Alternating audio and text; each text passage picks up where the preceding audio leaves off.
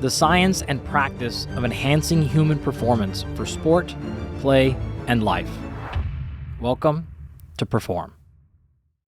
I'm Dr. Andy Galpin. I'm a professor and scientist and the executive director of the Human Performance Center at Parker University. Today we're going to be talking about exercise, and more specifically, strength training for kids. Now, I've wanted to talk about this for a long time, and it only hit me recently how ironic it is that I've never actually been asked about my views or how I interpret the research in this area in any public format. Never been asked to give any scientific talks, or really ever this has come up in any podcasts I've done as a guest. And that's ironic because almost nothing else has filled my inbox, my DMs, my emails more than this. Oftentimes when I'm stopped or in public or asked from friends and family, it is questions like this. Is it okay for my kids to lift? If so, how and when and who should I pay attention to? How do I determine a quality coach? I'm all for health and exercise, but I just don't know where to get started. So whether you are in the camp of thinking, of course, this is great, it's a no-brainer, or you're concerned or you don't know or you're unsure, there's a lot of stuff we can unpack today. A recent publication in 2022, not 1994 or 1972, 2022 in the Journal of American Medical Association Pediatrics.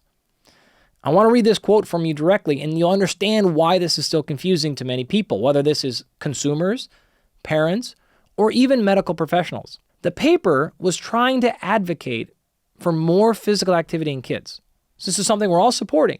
But despite that, they said, I quote, "Weightlifting is not appropriate for younger children because the strain may be too high for developing muscles, tendons, and bones."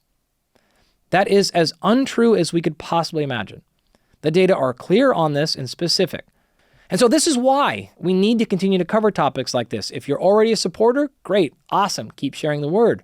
But you can have a little bit of empathy why it is confusing, again, even to medical practitioners, when things like this are put out in the scientific literature. We're going to cover 5 things today. First, we're going to go over some of these common myths and misconceptions, whether they are positive and negative, so that we're all on the same page with what the current state of the evidence actually shows us.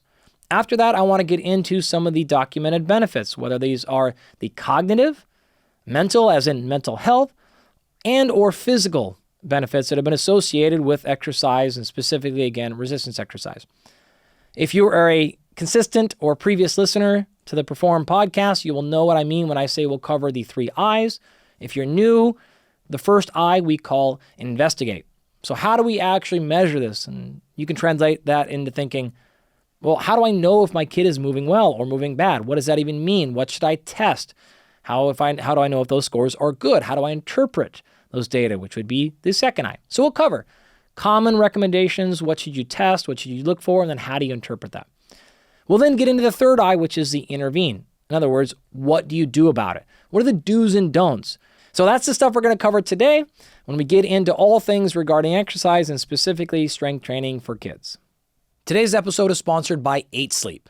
8 Sleep makes smart mattress covers with cooling, heating, sleep tracking, and more. I've personally been sleeping on an 8 Sleep mattress cover for years now, and it's absolutely glorious. I love it so much that I hate traveling away from home because it means I can't sleep on my 8 Sleep Pod 4 Ultra. As you'll hear me talk about endlessly on this podcast, there really is nothing you can do that makes more of an impact on your health and performance than getting tremendous sleep. And getting great sleep requires having your body temperature drop a couple of degrees at night, and that's hard to do on your own. The 8 Sleep has been a game changer for me because I run hot at night, or as my wife calls it, I'm a furnace. If I don't have something like an 8 Sleep helping me cool down, I'll wake up in the middle of the night overheating and not feeling great. This is something I've also found in many of the people that I coach, especially those who are really physically active. The 8 Sleep Pod 4 Ultra has 2 times more cooling power, yet is virtually silent, and it has high fidelity sleep tracking and even has snoring detection that'll automatically lift your head a few degrees to improve airflow and stop your snoring. If you'd like to try 8 Sleep, go to 8sleep.com/perform to save $350 off your Pod 4 Ultra. 8 Sleep currently ships to the US, Canada, the UK, select countries in the EU, and even Australia. Again, that's 8sleep.com/perform. Today's episode is also sponsored by LMNT.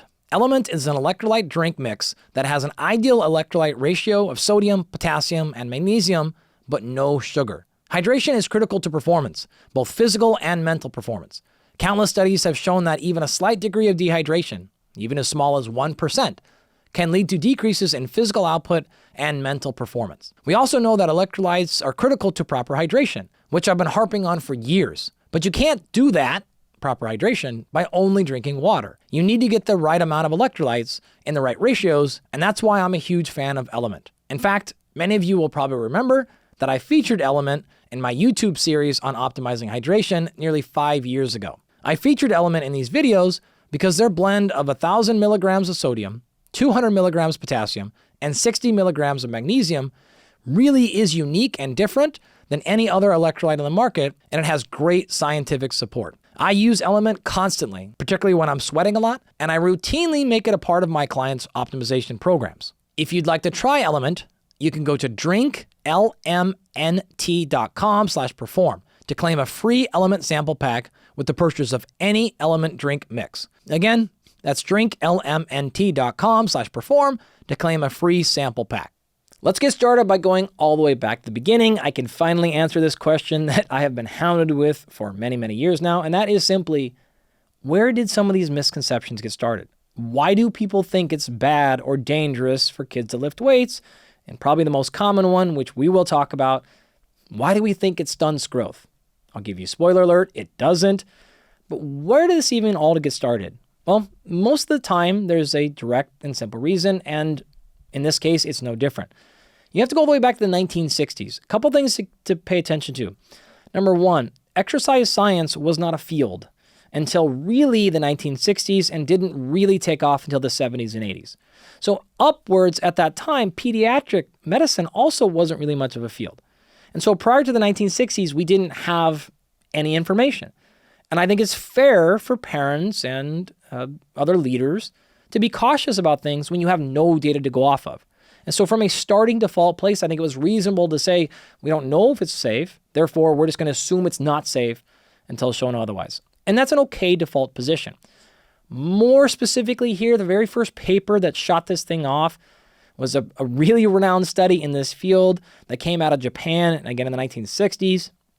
And what it found was an association between kids who were involved in high amounts of hard labor being shorter in life. Now, the ability to look back at this, some 80 years later, obviously you can, in your head, and all of you astute scientists now are able to think, okay, wait a minute. What are probably some of the confounding factors that are associated with this? Kids doing a lot of hard labor, probably other things going on, malnutrition, environmental toxins, lots of other issues that are going to contribute to them not being as tall as they should have been. But at that time, it was an association, and again, no other information. They just assumed then that, even though, again, the study was not in strength training, to be really clear, there was just an association with hard manual labor in kids was going to stunt your growth.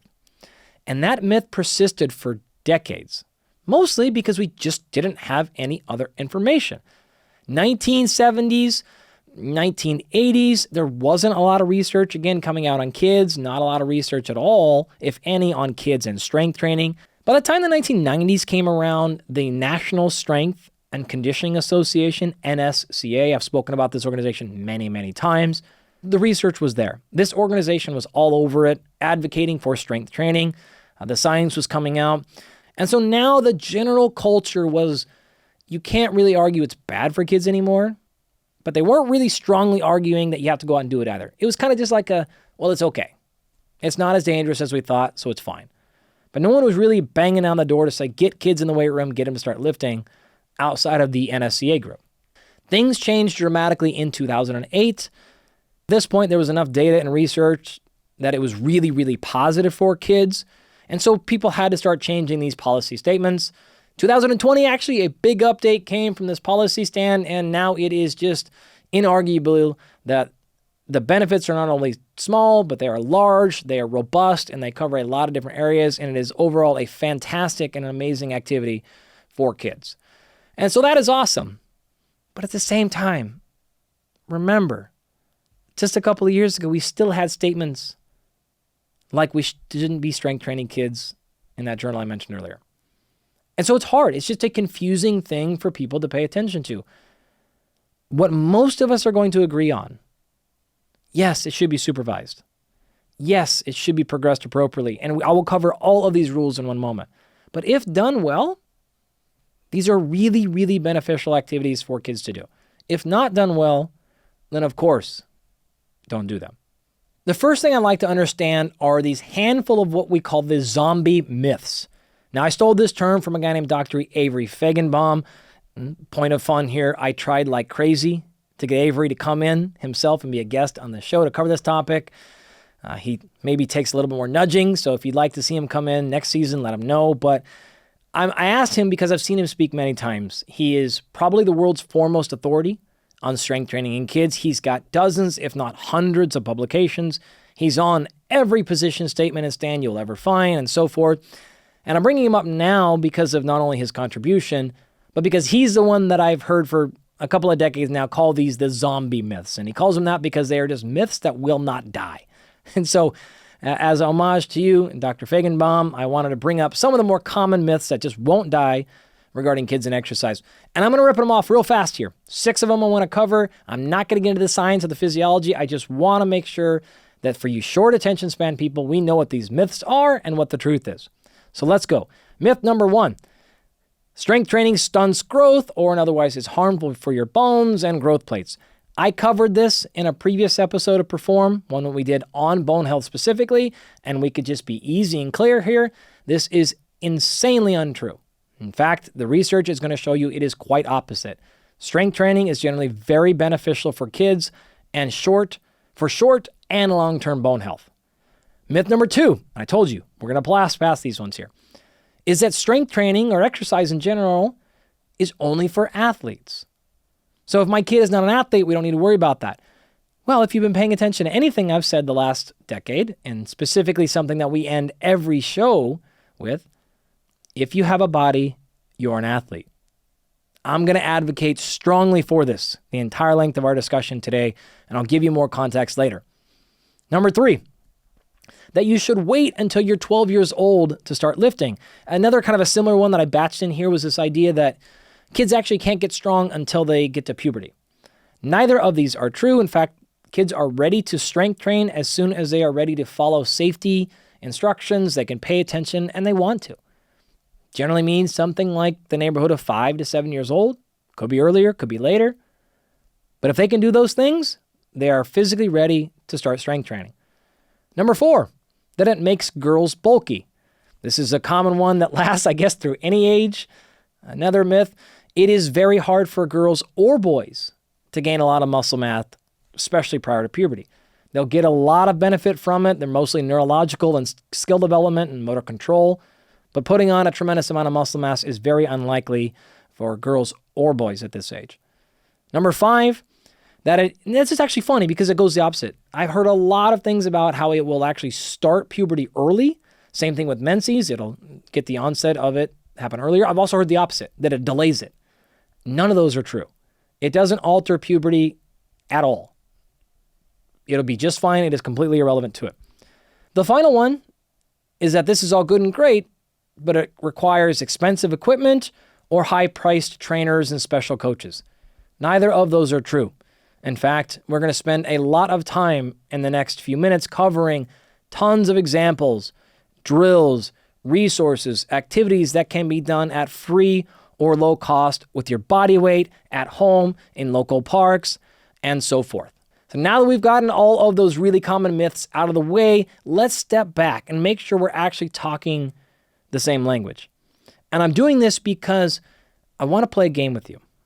My guess is if I asked you all right now to sit down and think very carefully, and I said, do you think it's okay for kids to play?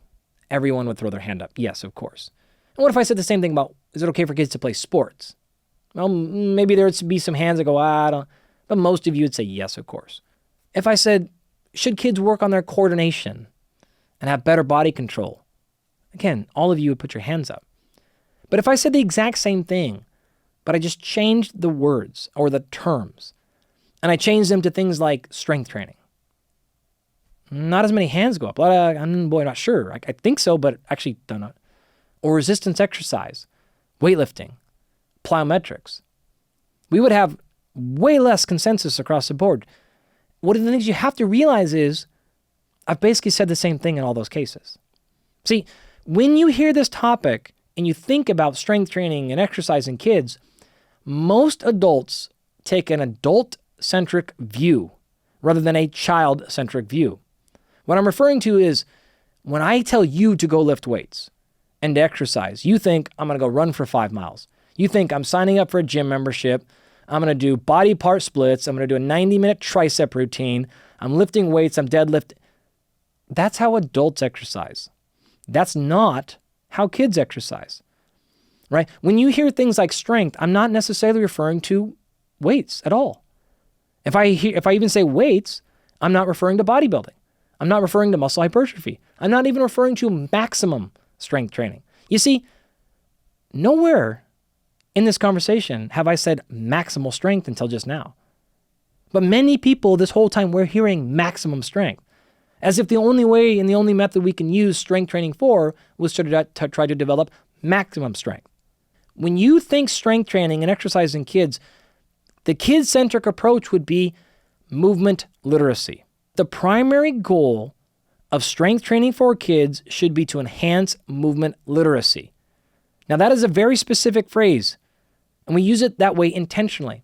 I just want you to be more literate with movement. What that means? Better locomotion, more coordination, more control, better stability. Move how you want and don't move how you don't want. Movement options, movement variety, movement choice, unique and independent and creative ways to solve movement problems. That's movement literacy. That is strength training for kids. It's not an hour and a half calf workout. It's not maximizing strength or powerlifting or competing. So hopefully that alone cleared up one of the biggest misconceptions we've got in this entire field, that when we say strength, that we're meaning things like that, when we're actually meaning almost always movement literacy.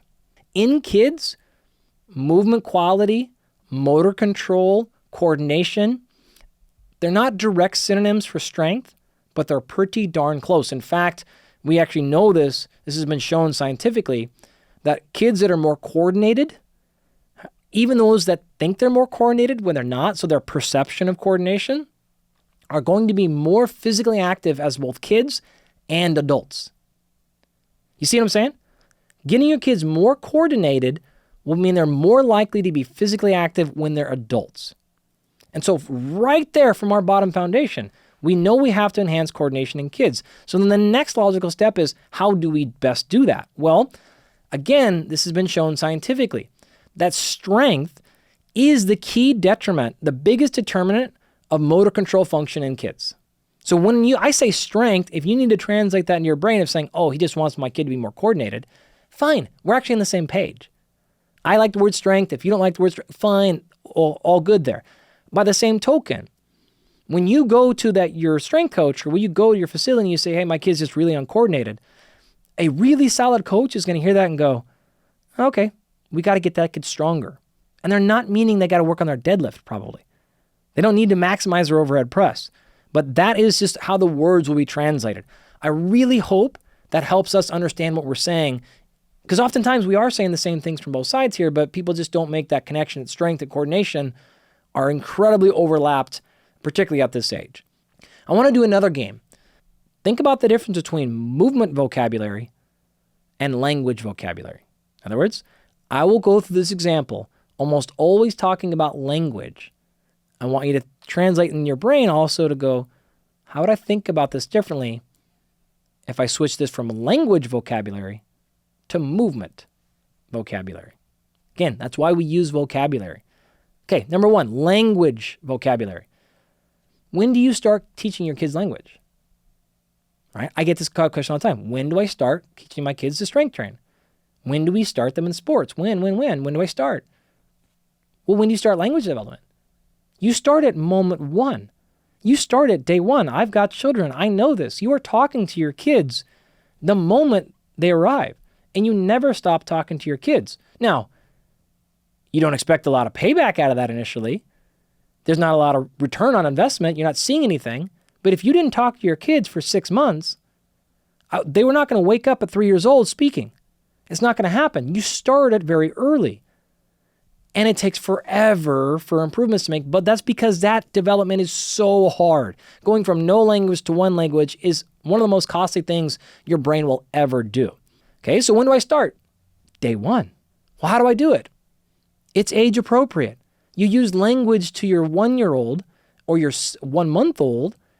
It's short, it's one word, it's simple phrases. You're using a lot of facial expressions to try to convey a point, try to make context, right? It is age appropriate. You don't overwhelm them with language. You try to make it fun. You see the analogies I'm drawing here, right? So when do I start it? Immediately. How do I do it? Age appropriate, make it fun, so on and so forth. Why do I even worry about it? Well, this sounds silly if I say, why worry about teaching your kids how to talk? But again, it doesn't sound as silly if I say, well, why do I even want to strength train my kids? I get that question a lot. I never have gotten the question, well, why do I teach my kids language? But think about it. You teach your kids language so that they can express themselves. Oh, interesting. We know of the short and long-term benefits or effects, I should say negative effects, consequences of being illiterate. We know how hard this is to be socially involved. You can't be in part of a community if you can't read. It's harder. You can't speak, right? These are challenges. You have better job prospects, make more money. I could keep dragging this on. You will find scientific evidence that makes the same connections to those exact same variables and exercise in kids. Exact same ones. Not to the same extent, I'm not going to argue that, but the same ones will be shown to be associated. Now, how much do you do? How often do you teach your kids language? Same thing with exercise. You want to stimulate, but you don't want to annihilate. In other words, we read to our kids every day, and my kids have to read to us every day. And every day it's a fight. My son can handle about 5 minutes at max. My daughter will, sometimes it's a page. Sometimes it's a whole chapter. A little bit older. I never let them off the hook. We push them. We drive them. We don't just say, oh, you don't want to read today, no problem. But we don't try to annihilate them either. Right now, I'm not saying I'm a perfect parent, but you get the point. I don't want to burn them into a situation where they hate reading. But I'm also going to drive them and push them a little bit. The analogies are completely extended here. You get what I'm going at with that one. So I know that was really long and drawn out, but I wanted to do that because if you honestly think about exercise and movement like you do language, the concepts are almost identical. And so if you ever find yourself in a situation where you're wondering if you're doing the right thing or going about it, so on and so forth, if you think, would this be appropriate for teaching language? There's a very strong likelihood it would or wouldn't be appropriate for teaching movement as well. I appreciate you sticking with me through that one. Another thing I wanted to go back to was something I started the show with, and that was this idea that, I didn't lift, my kids don't need to. Kids have never done this before. As a species, they're fine. Kids know how to move automatically, so on and so forth. And I told you I was going to make an argument that this generation is the very first where I actually don't agree with that anymore, and I think we had to go farther. Bunch of reasons why, but I'll be brief here. Number one, you all obviously are aware of the chronic health crisis the whole world is facing. We're going to make a very strong argument that this starts with childhood. I've already alluded to some points. You can pick a lot of different areas, but you'll see routinely what happens to you as a kid is going to dramatically impact what happens to you as an adult. So solving the adult health crisis is starting by solving the children or childhood crisis. I'm not going to go over all the details, but childhood obesity is skyrocketing. It's something like 400 million kids globally are considered to be overweight and 160 million are obese. And I think in the States, it's like 20%. It might even be higher than that. Of all 2 to 19-year-olds, which is probably 15 to 20 million kids, are categorically obese. We also know that physical performance is dramatically lower. This is physical strength and motor skill and movement. Pretty much across the board, we're going down. Now, this is happening for a lot of reasons, and this is the part where I think most people have not understood why that's happening. People are aware general physical activity in the world is down. We know that, right? All right, well, why is it happening? Number one, it starts at home. No big surprise here, but kids will model parents. Parents are less active than they've ever been, and communities are less active. The activities your parents did as a weekend, as a family activity, are just far different than what they are now. And so not just about you and your life, it's about what you're exposed to when you go to your friend's house and so forth. So overall physical activity way down. Kids play outside way less than they used to. Physical activity itself is way down. The standards that we'll use in science are things like kids should be physically active for 60 minutes a day, but this is going to floor you across the globe, in the US as well. 80% of kids fail to hit that number. We're not missing the mark here. We're not even in the stratosphere.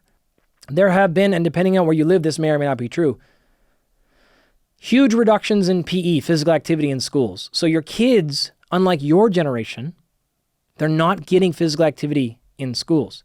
So where you didn't have to go out of your way to take your kids after school to one of these specialized strength conditioning programs, you were getting it in school. They aren't. Recess is also way down in general. So, calorie thing, but a movement literacy thing is happening.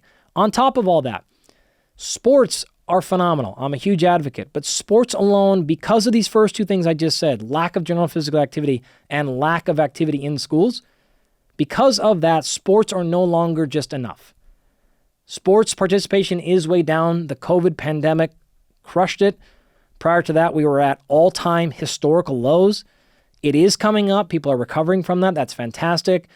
Depending on where you look at, you'll see as high as like 50 to 54% of kids in America, at least, will participate in organized sports, but that's not enough. We need that number to be higher. But the sports alone won't cover all your bases. In addition to just simple caloric expenditure, well, first of all, the caloric expenditure in sports is not nearly as high as you think if we move all the physical activity away that I just done talking about. So we're not going to get there with sports alone. So where in previous generations, sports alone might have been enough to cover your bases, I don't think it is anymore. And I think that the scientific evidence would, again, generally support that conclusion. Now, with all that in your mind, what actual issues does this cause downstream? First, obvious one, call it energy deficit. In fact, Dr. Feigenbaum called this the exercise deficit disorder, EDD. But this is not moving enough, not burning enough calories, metabolic health, and so on and so forth. The obvious one, right? But past that, more importantly are the second 2 points here. So the second big problem is what's called dynapenia. Again, this is a Dr. Feigenbaum special. Typically, we use that word in context of older individuals, but this is also true in young kids. This is basically, think about it as underdeveloped muscle and underdeveloped strength. Why does that matter? You combine number 1 and number 2 and you get number 3, which is what I call the death spiral. Perhaps I'm being a little dramatic there, but this is physical illiteracy. I've been talking about physical language and being literate. What is illiteracy? Here's the spiral. If you move poorly and you start to fall behind your peers, you lose confidence really quickly. And the research is going to suggest this hits young girls harder than it does young boys. Come back to that. But you lose confidence. You stop having fun. You stop having fun, you become less active. Kids that fall behind physically fall behind really far, really fast because of this spiral. They know they're not good. They're behind everybody. Young kids tease each other more often. You know how this goes. It's not the kid's fault. This is just what 4 and 5 and 8 and 10-year-olds do, right? So they become less active. They get less confident. And then what ultimately happens, and you'd be surprised to know this, but it's very true, kids that are less physically active will get hurt more as adults. So oftentimes you get this experience, oh, I wasn't good, I sucked at sports, I was terrible, so then I didn't do them because you didn't want to get made fun of, so on and so forth. Maybe no one was even making fun of you, but just your self-confidence, you knew you were the worst player on the whole team, so you stop doing it, you withdraw from or typically from sports, which means then often you withdraw from physical activity, which means you stay further behind. Maybe, hopefully then as an adult, you catch up and realize, oh, okay, I got to start working out. But you're physically illiterate, or your literacy is low. You don't know how to move well. You don't have the tissue tolerance. You don't have the experience. You don't know how to creatively solve movement problems. You don't know what good technique is because you never learned that feedback, either directly from a coach or indirectly. You just never figured out how your body moves best.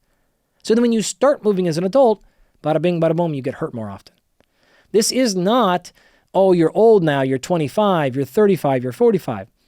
This is in large part, not exclusively, but in large part a physical illiteracy issue. And it started by poor movement support as a kid. So it harms them now or then and as a child, and then it also harms them later in life. That physical downward spiral thing, again, has been shown multiple times and is a real issue. And there's ways you can solve it. Not every kid needs to be an athlete. Not every kid needs to be good at sports. But when that happens, if that happens, as it happens, we need to have other solutions that are not just, okay, the kid withdraws from all physical activity, because that causes a cascade of problems. So what are the benefits? I'm going to talk about all the benefits of, again, mostly gearing on strength training or strength training related ideas from the physical body. We'll talk about it from the cognitive perspective as well as the mental or mental health. So from a physical perspective, this is very easy and very fast. Any positive benefit from exercise you see in an adult, you basically see it in a kid as well. Lifetime physical activity. Kids that are more physically active will be more physically active their entire life. Again, on average, most likely. They're more skilled, they're more confident, they're less injured. We just talked about why. Cardiovascular fitness, metabolic health, obesity, body composition, muscle mass, bone health. We've talked about that earlier in this show, as well as our previous episode on bone health. The connective tissue, the ligament health, this is an easy one. Well-rounded strength training programs, ones that perform everything from endurance and strength and motor skill and balance and agility, comprehensive programs. These things reduce injuries in kids by up to 50%. In fact, I saw some papers showing up to 60% reduction. So your kids won't be hurt as often as kids, and they won't be hurt as often later in life. The physical ones are easy. I could do an entire show on that, but I wanted to actually spend a little more time on ones that are less intuitive. And this is things like the actual intelligence. At least 5 different global areas across many studies now, across many years in different populations, whether we're talking about really young kids, adolescents, somewhere in between. So I'm kind of I'm summarizing a lot of literature here, but in general, you will see a important, not huge, but an important, clinically significant and statistically significant enhancement in intelligence with strength training in kids. That's true, right? That is exactly what you think you just heard. A couple things to think about. One, there is a very well documented benefit in executive function with endurance exercise. It's been long established. And executive function in this case is typically defined as things like working memory, flexibility. Again, we're talking about mental flexibility, and well as inhibition. So that's been well established. More recently, we've learned about things like the more variety in sports and the more overall physical activity. So that's 2 variables. Just doing more variation in sports, playing more sports, as well as overall physical activity. Both of those have been shown to enhance academic performance in schools. Big areas you see improvements in: overall cognitive function, direct academic achievements, as well as on-task behavior. So a lot of direct, what I'll just again call intelligence benefits. The list of what one would maybe call mental health benefits is even longer. And I'm not going to take the time to go through all of these because it is very, very long. It is everything from kids who play sports are oftentimes slightly happier than kids that don't. Anxiety, depression, ADHD have all been shown to be benefited from resistance exercise. Confidence and self-esteem, like we talked about, especially in females. These are huge ones. A perceived competence, we've mentioned this one before as well. One more time, this is really important because one of the big drivers in physical activity involvement in kids is just how bad they think they are relative to their peers. Resilience, ability to demonstrate grit or develop grit, another really common measure for strength training and, again, mental health factors. So those things are all important to consider: the physical, the cognitive, and the overall emotional or mental benefits of exercise. Lastly, stronger kids tend to be stronger adults. There's actually direct evidence looking at things like type 2 diabetes. Kids that are more physically active, strength trained more, played more sports, are less likely to develop diabetes later in life.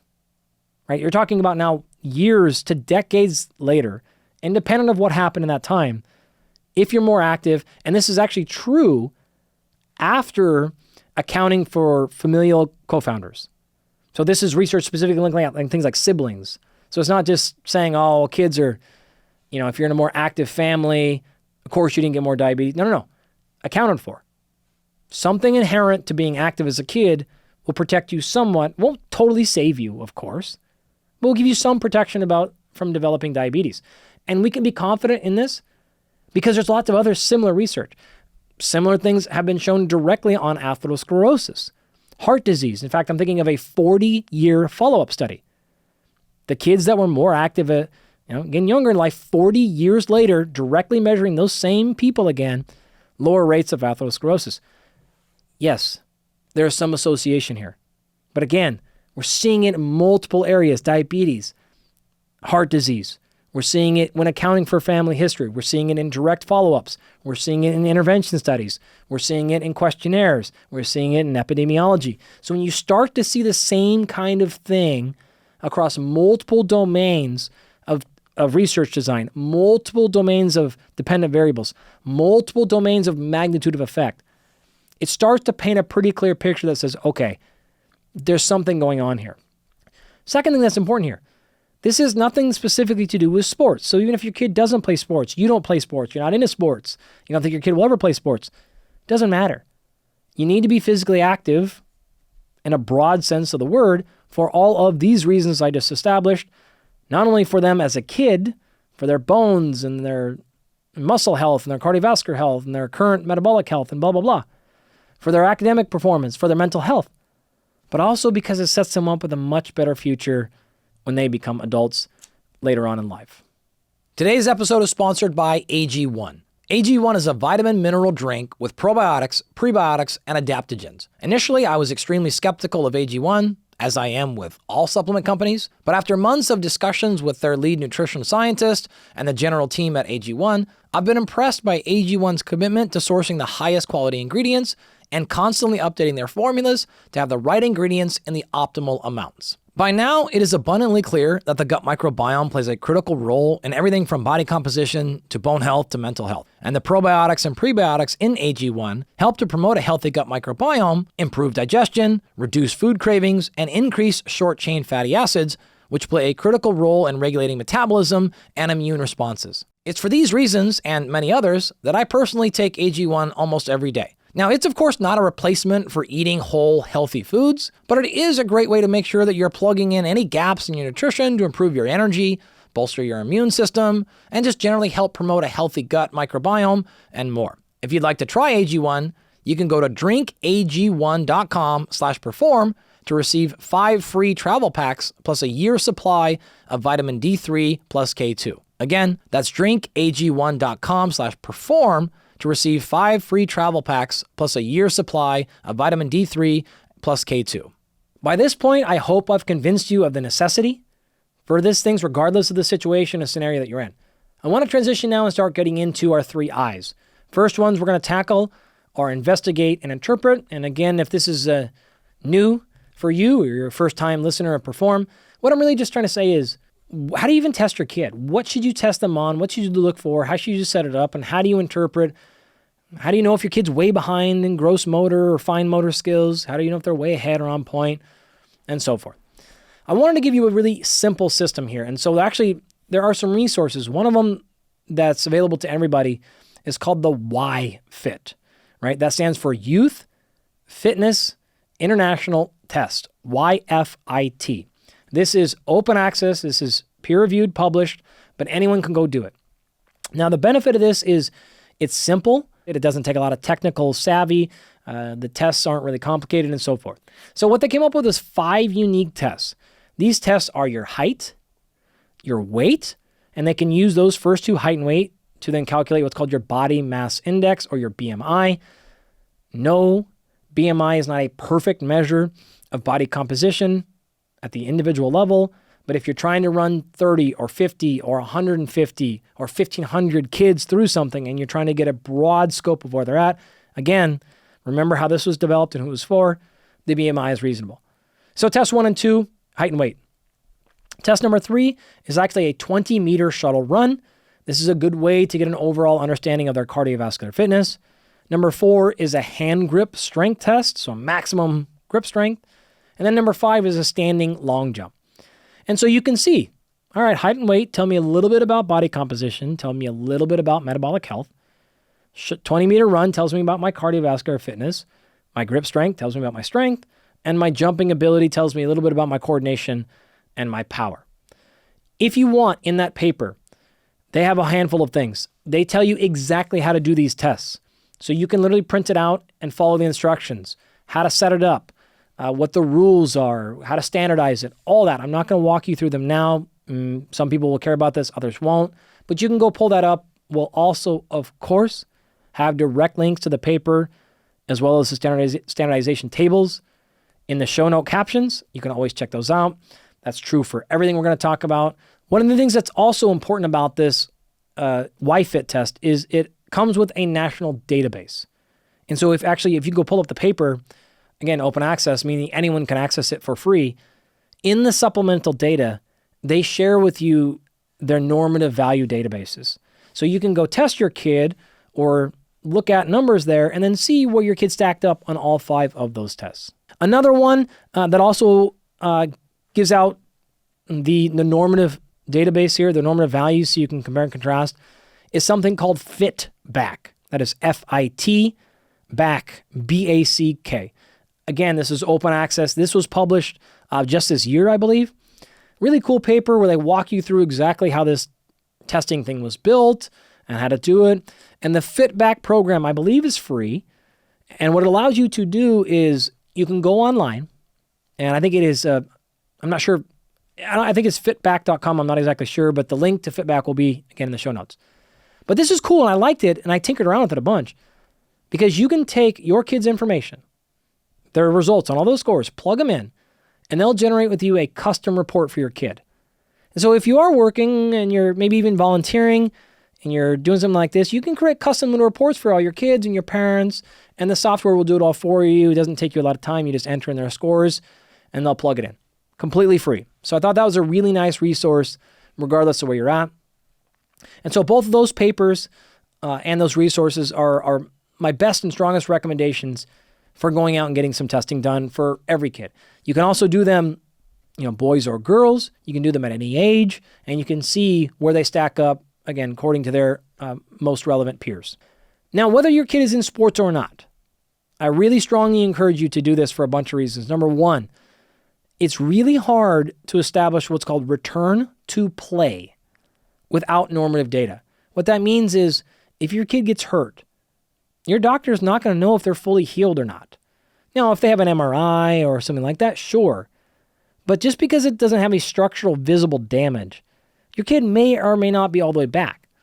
If you don't know what their normal vertical jump was or broad jump was, then you actually don't know if that knee is fully healed. Even if it's not a serious injury, even if it's, it doesn't hurt that bad anymore, mom. Okay, are you sure? Well, if you go out and they're jumping as far as they possibly can and they're still, only at 85% of their max distance, then they're not really back yet. And so having a baseline is really important. Number 2, one of the things that people don't appreciate about youth development is development happens really fast. Growth and development are not the same thing, though. Growth and development also happen in a non-uniform fashion. Translation, you'll go through spurts. Your kids will get really strong really fast, and then they'll stop for a while. They'll get really tall, and then they won't grow. They'll go, and it's not necessarily the same. Their quadriceps, the front of their legs, may develop really fast, and their hamstrings won't. And so when your kid used to be normal, maybe you had tests done, they looked great, they didn't have huge asymmetries, everything looked awesome. Well, now 3 months later, they might have a large asymmetry somewhere because something grew in a specific area because the whole body doesn't grow uniformly. Bones grow differently. Structures grow differently. Abilities, motor skills, muscles I just talked about. So for all those reasons and more, I would recommend some type of standardized testing. If you want to do the simple one, like I just talked about with the YFIT test, great.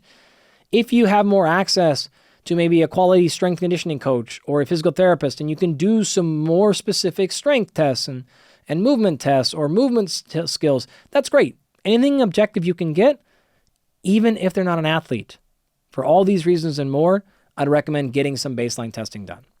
Other ways to think about this, and the way that I actually like to frame this is, say your kid's done some testing, maybe you've got all those stuff done. At what point are they ready to get a private coach? At one point are they ready to focus more on, say, sport development? Right now, again, I've got this question a lot. Here's kind of my answer to it. I'll give you 9 or 10 things. Your kid is ready to have a skills coach. So that golf coach or that pitching coach or that kicking coach or whatever you're trying to do. When and only when they can pass the following test.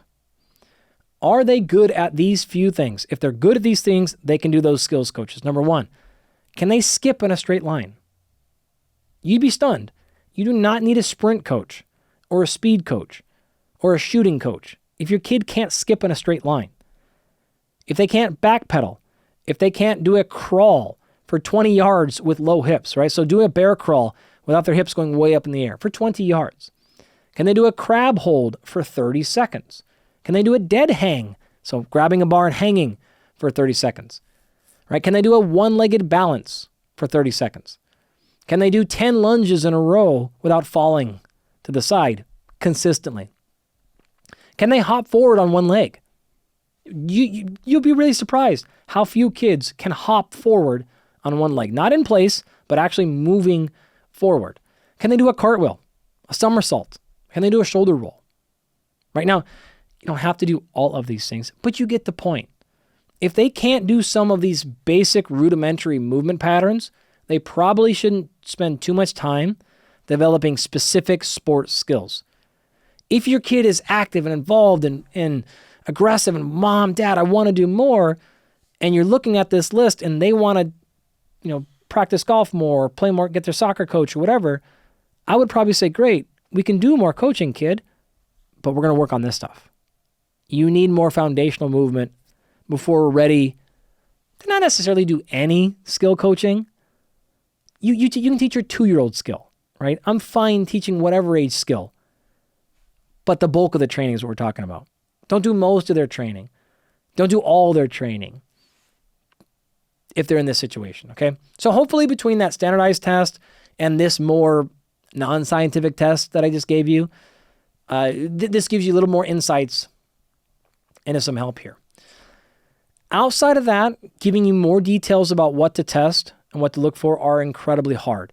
And that is fundamentally because kids develop at such wildly different rates.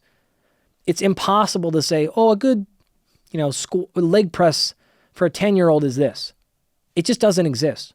In fact, if you were to find those databases outside of the ones I gave you, I think you would see so much pushback from the scientists and the practitioners in this area of saying that's just an inappropriate way to frame it.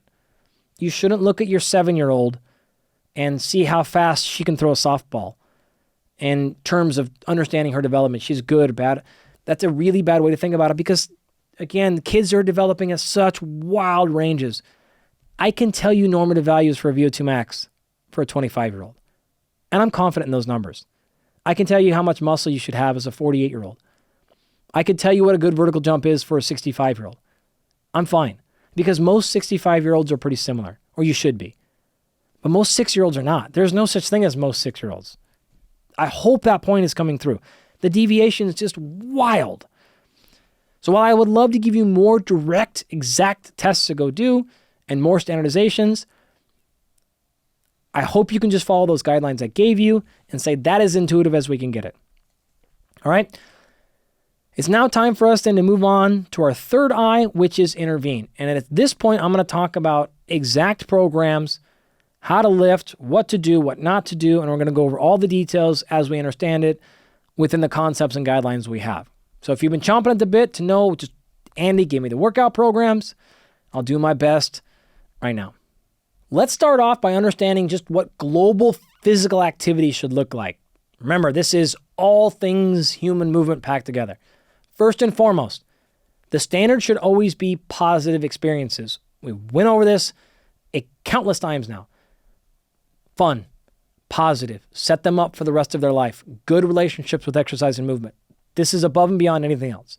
Past that, you want to think about first and foremost what we just call open play.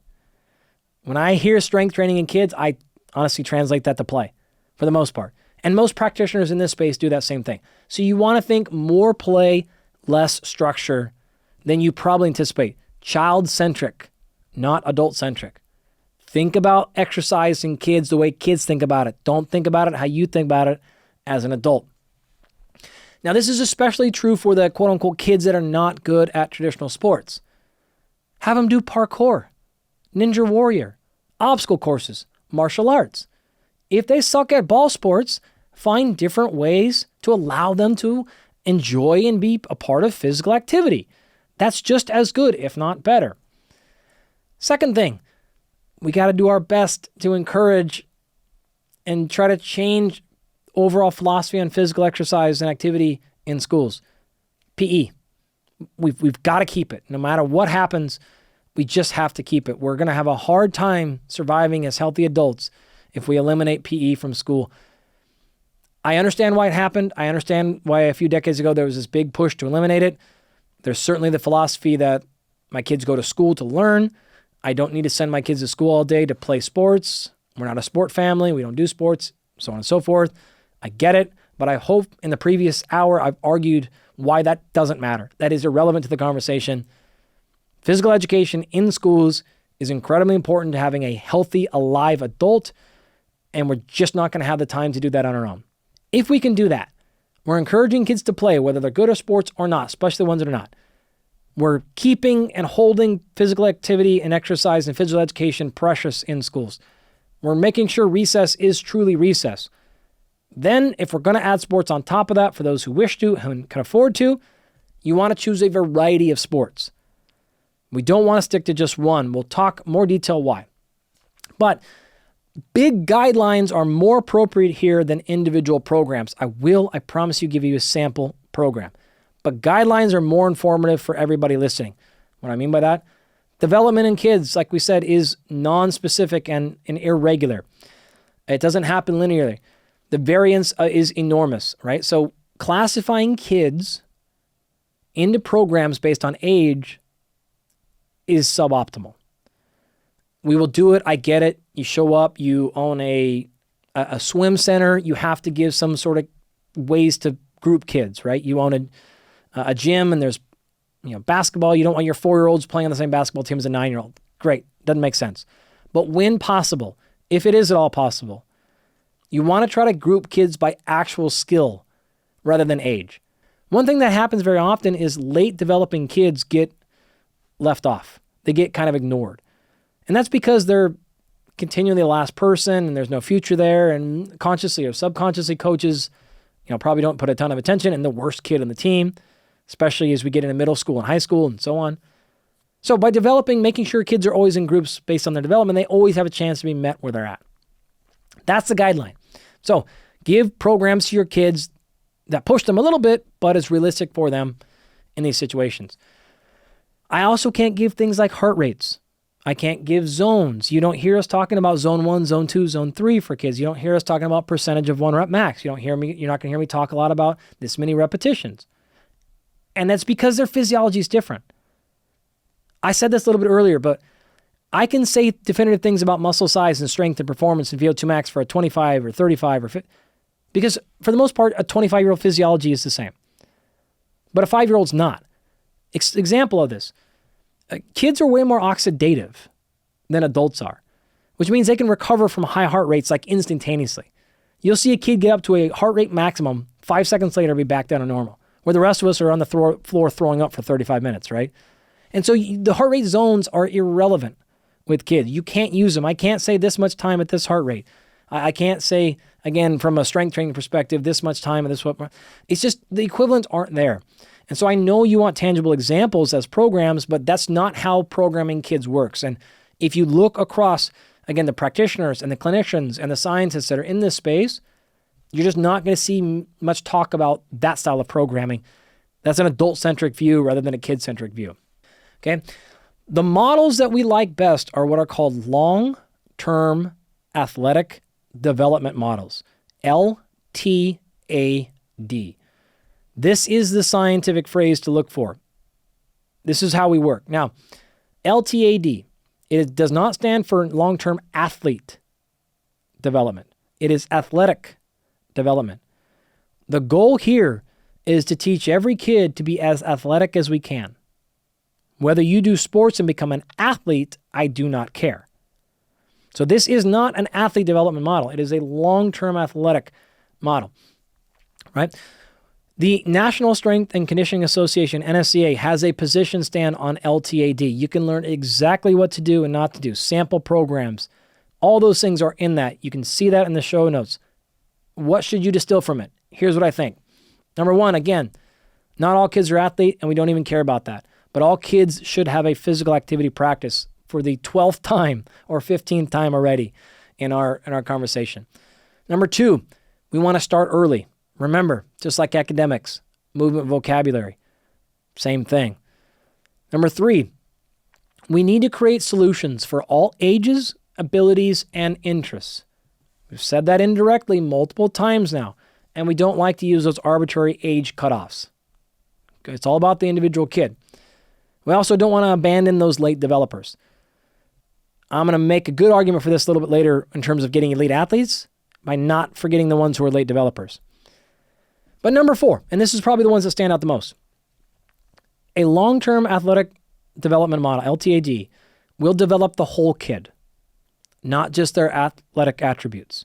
So this is the body, the mind, confidence, decision-making, all those things. LTAD models encompass holistic, helping kids become better humans.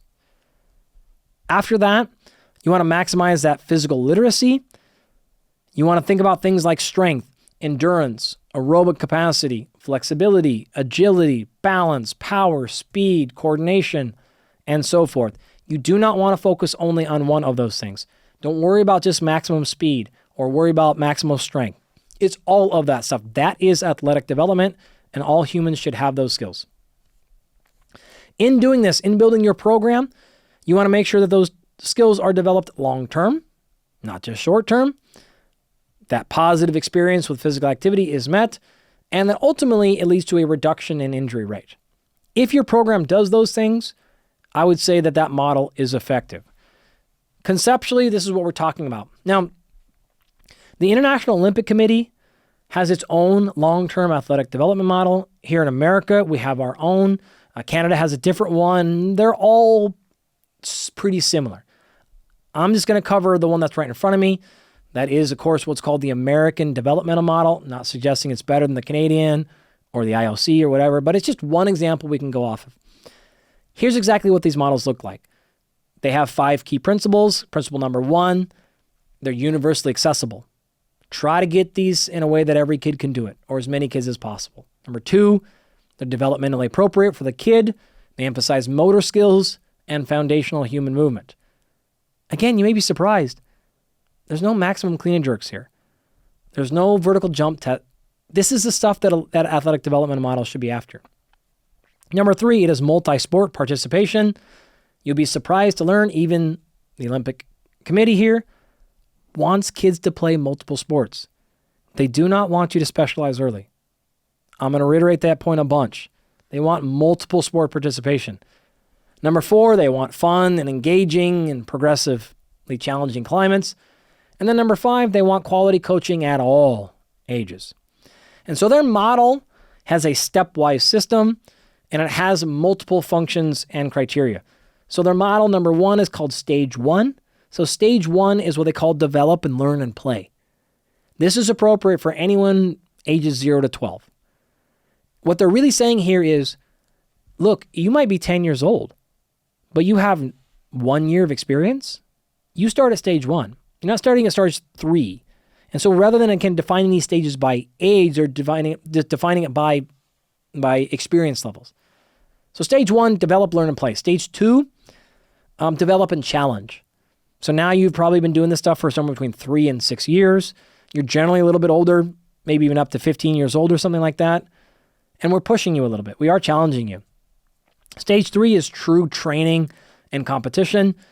You're now 6, 8, 10 years into active sports or engagement here. And you're, maybe even an 18-year-old.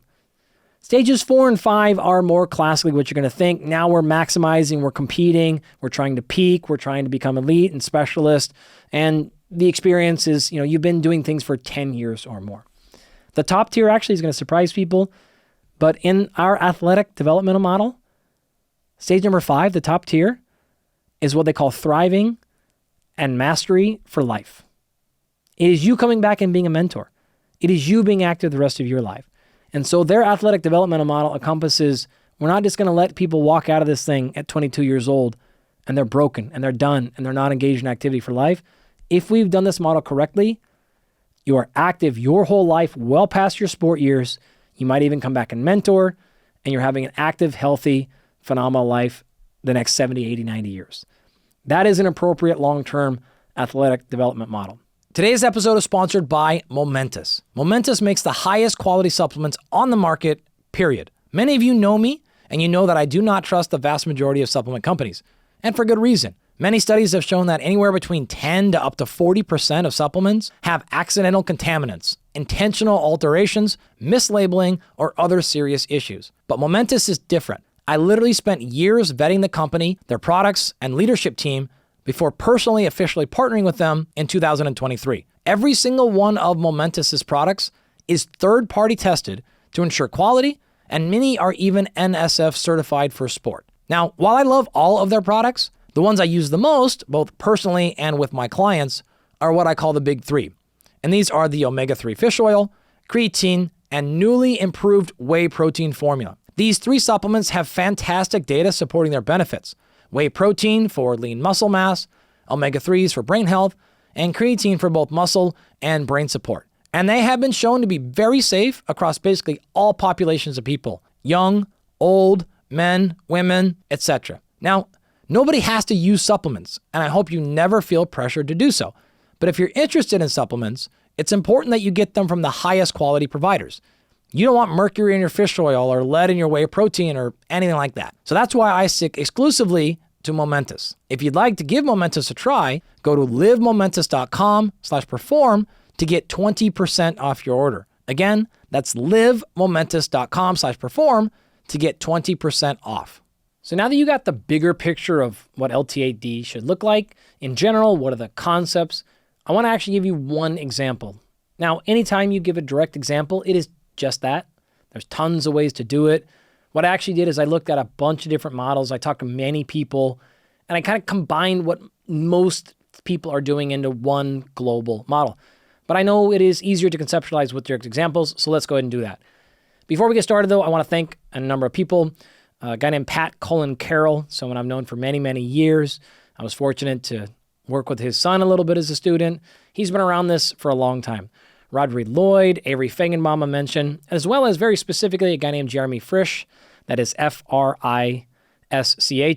And I'm calling out Jeremy because I actually reached out to him directly. He gave me a bunch of material, shared with me exactly what he does in his programs. He was really kind and generous and made this process a lot easier.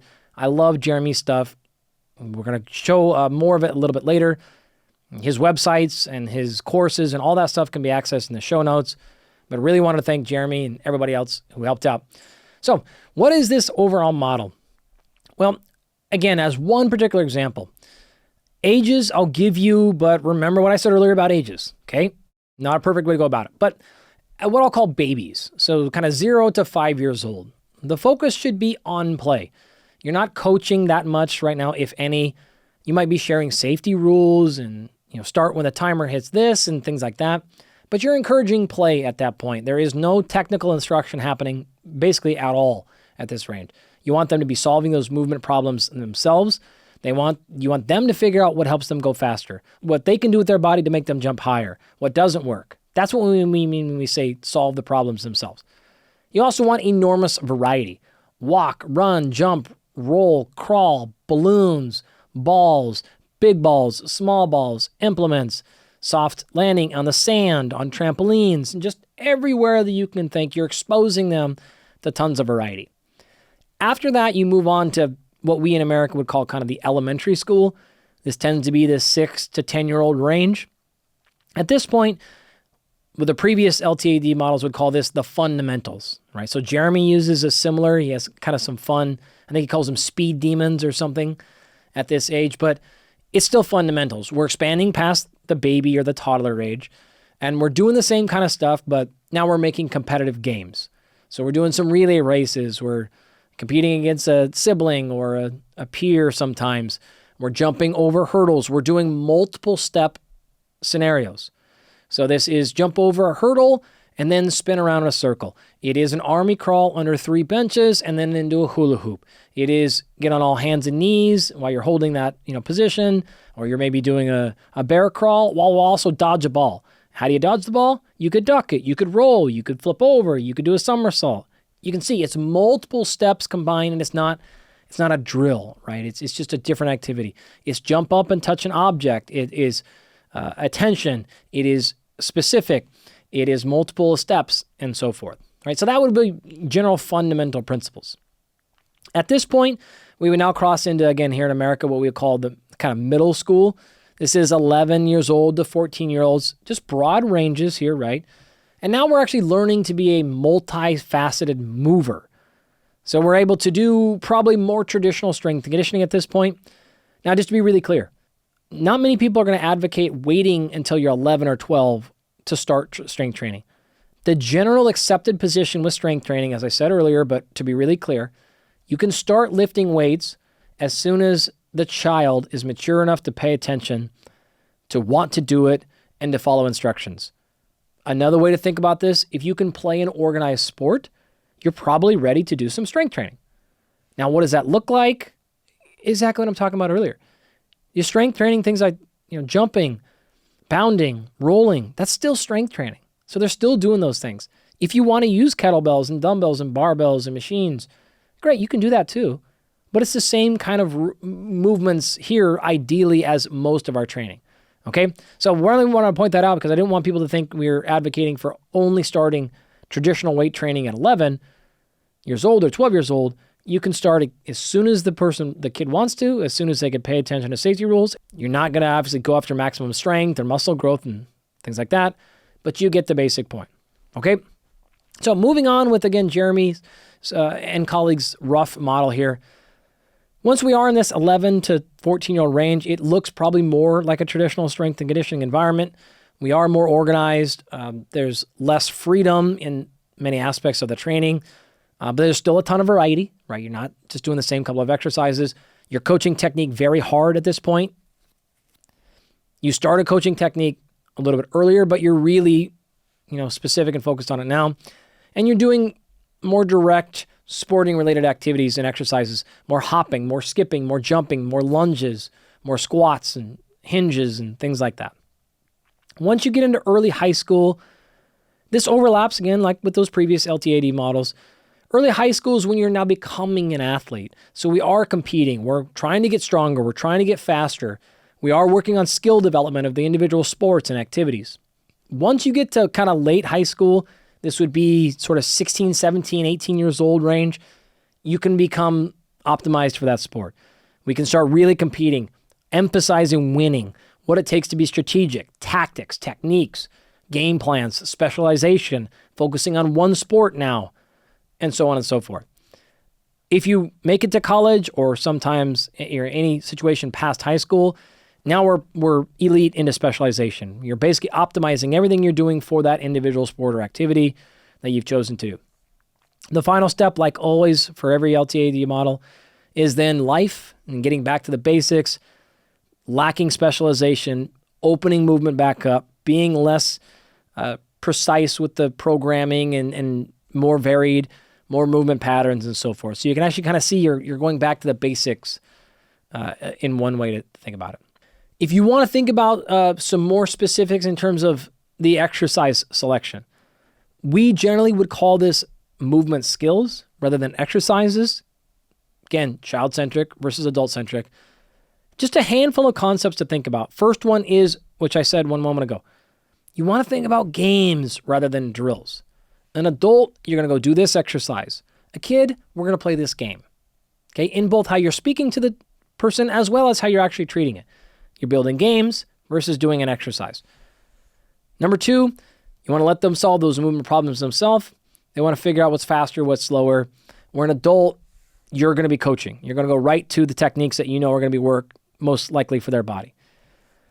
Number 3, in terms of the loading, you want to use a variety, especially during your warm-ups. And so you really want to hit them with tons of different movements, way more than, you want to use a lot of variety with adults, but way more in children than you do later in life. Range of motion should be exceptionally high. One thing we want to be really careful of is not many coaches are going to spend a lot of time specifically working on flexibility in kids. And you don't necessarily need to. You want to build range of motion through the activities that you're going after rather than sitting down and doing static stretching. If you're doing a lot of variety and a lot of movement pains in the way we were discussing earlier, the range of motion should take care of itself. Obviously, the younger the kid, the less organized you are with range of motion, the wider range of activities. The older they get, the more organized you need to get, the more specific you need to get. You need to be doing dynamic warm-ups, but maybe now you're incorporating some static stretching based on an individual's needs or limitations or movement pattern restrictions or so forth. But the default setting for kids is a large range of motion possible. Once you get into those later high school years and you're becoming more specialized, if you want to change and alter or shorten a range of motion for a very specific goal or outcome, that's fine. But at this stage, we're not optimizing for sport, so we should be optimizing for range of motion most of the time as our default strategy and setting. Last thing to think about, and conceptually, for these basic movement pattern skill development tools, you're rarely doing exercises at high volume. You want to go low volume, high intent, very moderate to low fatigue most of the time. You can do some fatiguing stuff if say you're playing a game of dodgeball and kids are, working really hard for 10 minutes. That's your conditioning, right? Or you're doing some other game where there's some fatigue associated. But most of the exercise, most of the lifting, most of the drills, they're a couple of seconds. They're a few repetitions. You're trying really hard, you're going really fast, you're focusing, trying to win, and you're resting and recovering. The goal is not at this point in their life to develop fatigue resistance. We're not trying to enhance fatigue resistance at this stage of life. We're trying to develop better skills. That means they need to be somewhat fresh. They need a lot of practice, a lot of repetitions at it. They need a lot of repetitions at a lot of different scenarios, setups, situations, and implements. And they need to do it with high intent, right? Figure out what works for them. So those are the big concepts. Some of the targets, in terms of the skill development things, you want to go after a balance. We said that earlier. Something people don't talk about a lot, though, is grappling. Grappling is a very important skill for kids. This is pushing. This is pulling. This is lifting and carrying. We would collectively, again, call that grappling. Locomotion is everything from sprinting and running and agility. Jumping and landing, two-legged, one-legged, rotating, so jump and turn and land, jumping on things, jumping off of things. These are actually fundamental skills for kids. Tumbling, rolling, side rolls, shoulder rolls, butt rolls, all of those things are important. You also want to incorporate target practice. So be able to throw, be able to catch, be able to hit something, be able to aim at something with the upper body and the lower body. Kids often get this with the upper body, right? They're going to throw a football at something or try to hit something. But make sure they're getting those same skills with the lower body as well. Climbing very specifically, whether this is hanging from a bar, this is rock climbing, this is Ninja Warrior or parkour or climbing fences. Fundamental movement skills that are a little bit different than everything that we've talked about thus far. Pay attention to rhythm. I said this really briefly earlier, but this is something that is oftentimes forgotten. So this is, you think about this in drills where you have to do multiple things at different speeds. So imagine like a 3-part drill, or game, I should say. Sorry, violated my own rule there. Where the first part, they have to step over some hurdles that are pretty high. Now they can't do that very fast, so they're going at one particular speed. They finish that, and then they sprint 15 yards, backpedal 15 yards back. That'll be really fast. And then they get that, and they do a fast foot drill on a ladder on the ground. Those are all going to happen at 3 different speeds. So they're practicing learning to try as hard as they can, to try to go fast, but the actual rate of movement, the rhythm, big steps, small steps, change of pace, not change of pace, open up the throttle, hold things back. These are all how you develop rhythm of movement, which is critical to overall skill development. Spatial awareness, judging distance, right? So being able to throw an implement. I actually was funny enough doing this with my kids very recently, where you take an object and put them at many different distances, and they have to learn to throw. In our case, we were throwing a medicine ball we were knocking something over, but one of them was short, one of them was a long ways away, one of them was close. And so they're starting to realize and figure out, how do I manage force input to give me a very specific distance? Same thing with their own body, figuring out how close I am to another kid. So we'll do activities where we're in close environments and you can't hit somebody. And so spatial awareness, kinesthetic awareness, distance judging, hitting a ball that's coming at you, right? Hitting a volleyball, you get the idea, right? Reaction time is another independent one. You all know what reaction time is. And then a similar one, but that's actually uniquely different, is what we actually call decision making with speed. And so this is something like, your coach is going to give you a signal, and you have to interpret that signal and make a decision fast as you possibly can. This happens naturally in many sports, but not all. But that's a different thing than just reaction alone, because now we're enhancing the cognitive demand. Make the right choice, and then give me the physical reaction as well. I could go on, but that was 11 or 12 or 13 different targets to go after. So as you're either designing your own program, or you're maybe watching your kids' program, you're watching what your kids are doing, you can use a list like this and go, hey, geez, we haven't done any tumbling in forever. We don't do any climbing. We haven't done any spatial awareness. And then maybe you can add something, one or two things to what your kids are doing overall, and give them a more well-rounded physical training approach. That's the best way, I think, to use information like I just covered. Look at what your kid is doing and what you're having them do, or what your coaches are doing. Then maybe say, geez, we have some big things we haven't filled in there, and see if we can add a drill here and there, or a game here and there, or an activity at home to fill in some gaps.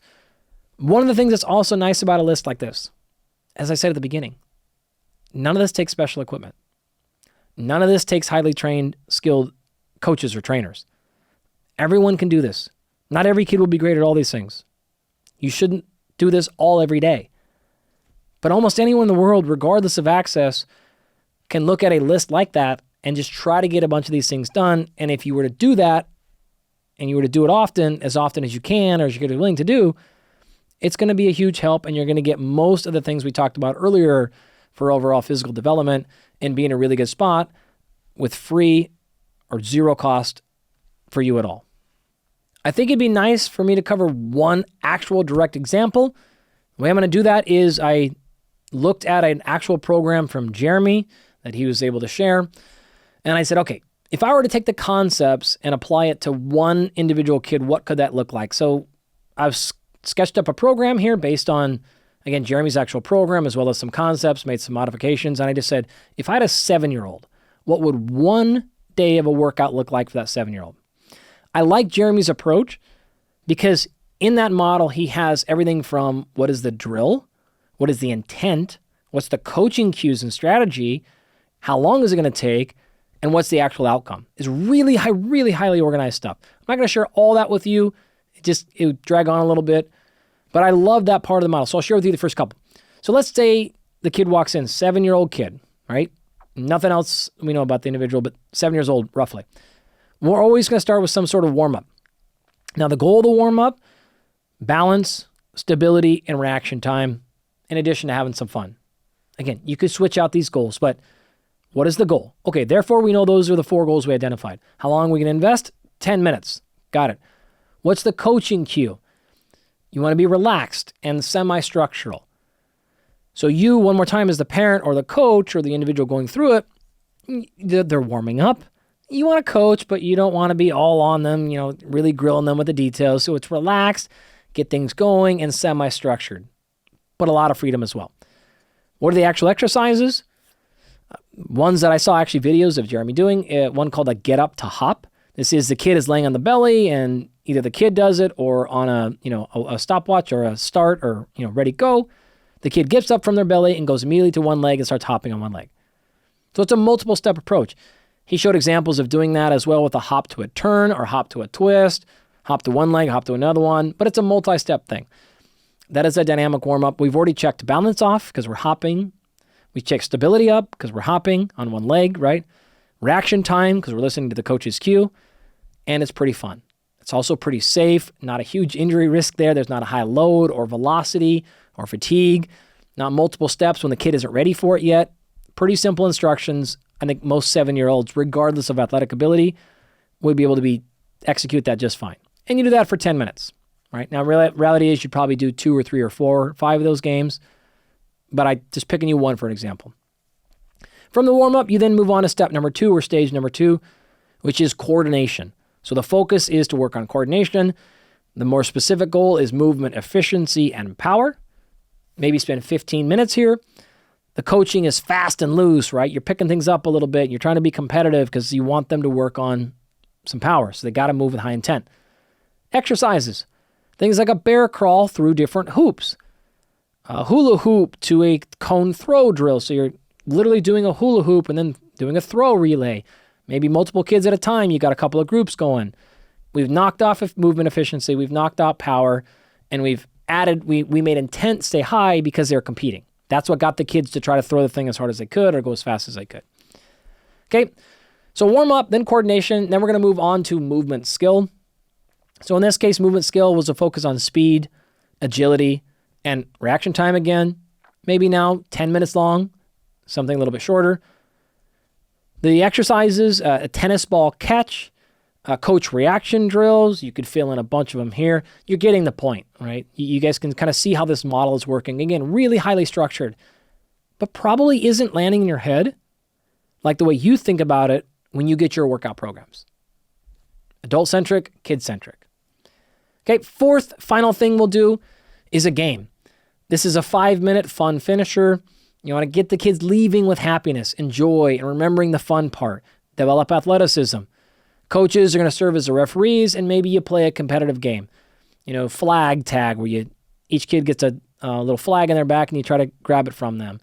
You can do this in a lot of different ways. One-legged hops only, so that the kids aren't just the biggest, fastest, strongest kids are going to kind of always win. You could make the game really ridiculous, if you will. But you get the point. We have some structure.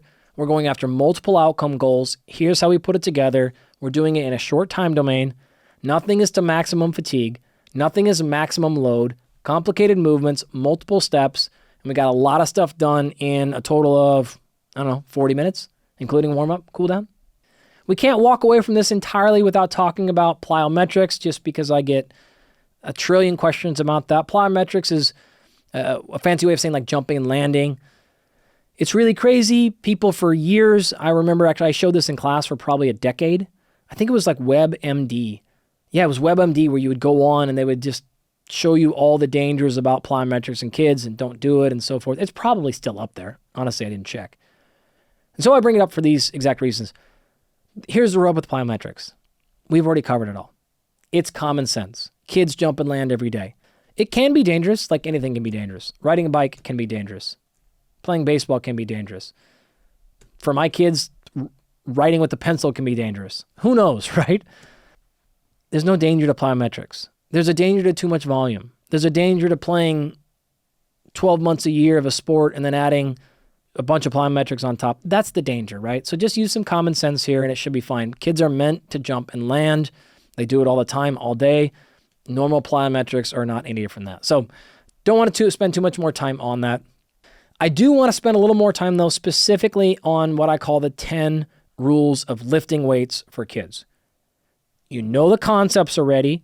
What are things that are specific to weights and free weights and strength training and resistance exercise for a kid?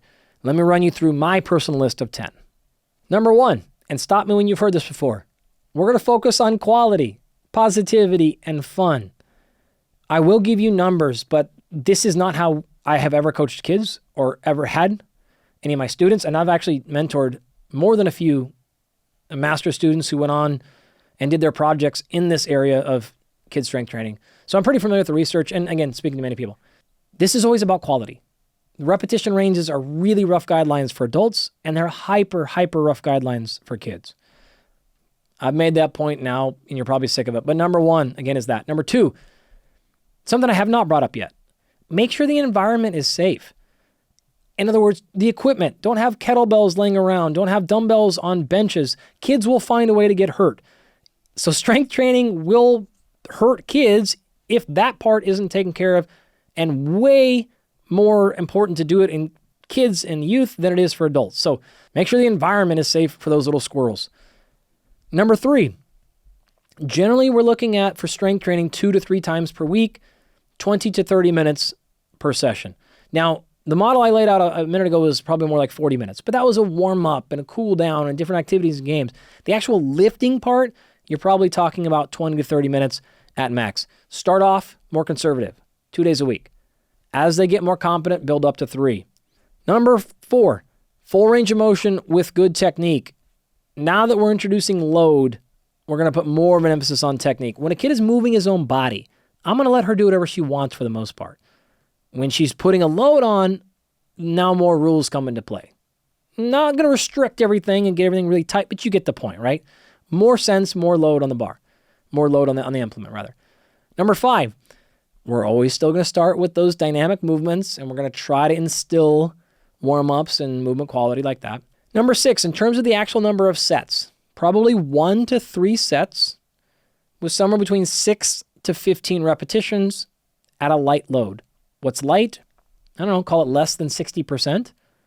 Maybe counterintuitive, but you can do a 1 rep max with kids. You're not going to do it for every exercise.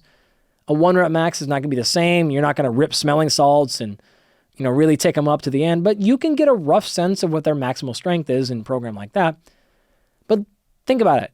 You're doing 2 sets, 6 to 8 to 10 to 12 reps at 40, 50, 60% of their max.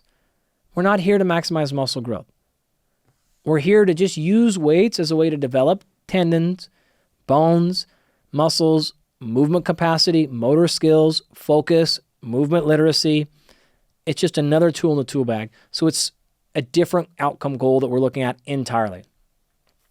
We'll increase load 5 to 10% as they become more competent.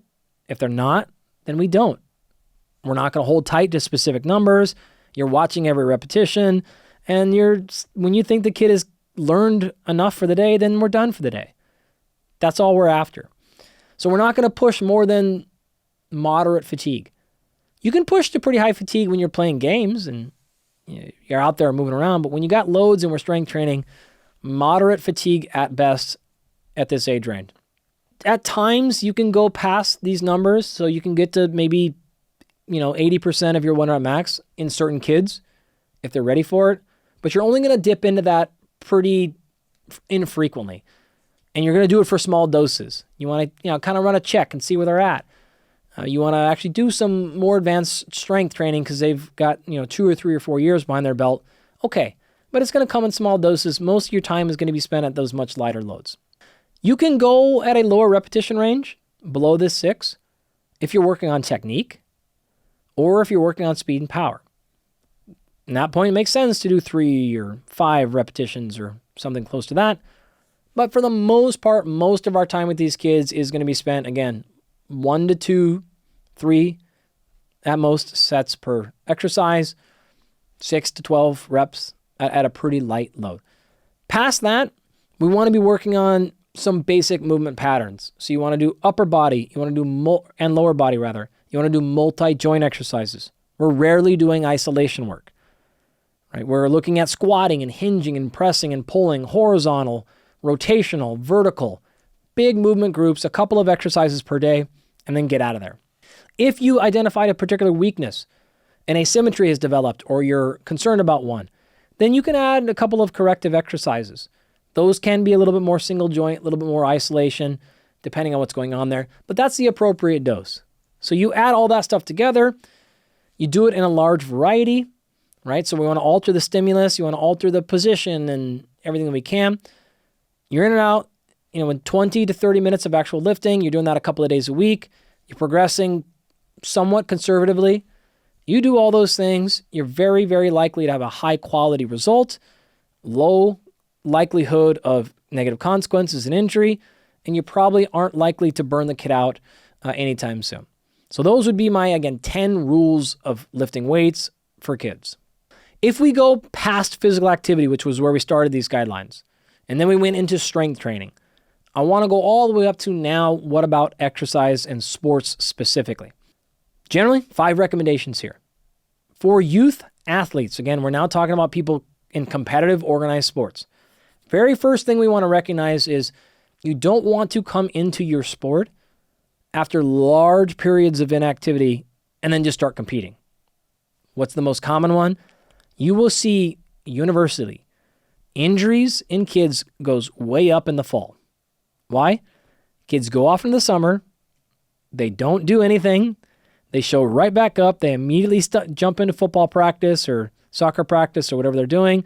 So they go from periods of really low activity to really high activity, and boom, injuries start to happen. So don't do that. Number 2, you still want to focus on foundational movements more and skill development less. Direct example. Let's say that you're getting ready for football season or basketball, baseball season, whatever the case is. We're in baseball season right now, spring training. The mistake here would be, oh, I got hurt. My shoulder got hurt. Oh, really? What happened? Well, I threw a bunch, getting ready for season. So throwing a baseball would be a sport-specific preparation. But that said, you should still spend more time working on running and jumping and sprinting and landing. So if your only preparation for season is the sport technique, you're not fundamentally developing everything you need to be to actually be ready for the loads that will happen in your sport. And so overemphasizing skill development and underemphasizing movement development is still going to potentially leave you in a spot for a bunch of problems. The rule of thumb here roughly is, what we'll say, 2 to 1. You don't want to spend more than 2 times the amount of hours or volume or however you're thinking about it in sport as you do in playtime. If your sport to play breakdown is 3 to 1, 4 to 1, 5 to 1, now we're going to have problems because we're underdeveloping those foundational movements. If it's closer to at least 2 to 1, you still got an okay chance. Again, numbers will vary based on individual and age, but it's a really, really soft, and that number actually is directly from research. That was actually been sussed out to figure out, seems to be the number. Kids that have a higher ratio of 2 to 1 sport to play end up getting hurt more often. So important to know there. Another important guideline for youth athletes, similar things. This is what we call no permanent seasons. 8 months is roughly the number. You generally don't want to spend more than 8 months in a year playing a single sport. You see this routinely. Kids go through their local school season and then go into special season or AAU or club, and they end up having these perpetual seasons. We have seen this with golfers. We have seen this with baseball players and volleyball players. We've seen this with runners, cross country, going into track and then off season and indoor, and you end up at a 12-month long season. For kids, 8 months is the rule. Can't exactly tell you why, but the research is going to say that's the breaking point where longer than that, we start seeing a greater increase in injury risk. So something to keep your kid aware of at that point. Lastly, here's what we call no early specialization. Below 16 years old, kids should be participating in more than one sport. After that, if you want to specialize to one, you can, but the more sports, the better, and at minimum 2 below the age of 16 if you can pull it off. At this point, I've probably gotten myself into a lot of hot water regarding this specialization. I have actually talked about this in small parts before in the past, and man, the internet got mad. And so I do want to make sure we're all really clear when we talk about early specialization in sports, since we're right here. Firstly, it does not harm your ability to become an elite athlete by playing multiple sports. I can say this a bunch of different ways, but that is obnoxiously clear. If you have your kid play more sports, it will not compromise their ability to be a world champion at all. Pick the data point you want here. There's a fun thing that happens every year during the Super Bowl where they will report right before the game the amount of people playing in the Super Bowl, how many were multi-sport athletes, and how many only played football. You want to guess what that number is? It varies year to year, but it's generally somewhere between 91 to 96% of the athletes on those rosters were multi-sport athletes. So that point alone should end the conversation. Very rarely do people become world champions at the highest level in sports by only doing one sport. In fact, the data will show the exact opposite. Second point, if I didn't convince you right there. Specific studies have shown kids who play 3 or more sports from ages 11 to 15 are more likely to play in national versus club level teams by the time they get to the ages of 16 to 18. So if you have your 12-year-old and you think your 12-year-old is something special, hopefully they are, all the best of luck to you. But if you want that 12-year-old to reach the highest level possible, have that 12-year-old playing in 3 or more sports. That will give you a stronger chance to be truly elite by the time that 12-year-old turns 16 or 18 than staying in the one sport. Routinely shown, all right? Now, obviously, there's some correlation there and associations, but second piece of evidence, right? Third piece of evidence, a recent meta-analysis, and this is really about the most concrete thing I can tell you. This meta-analysis covered 51 different studies. Over the course of it, it was about 6,000 kids.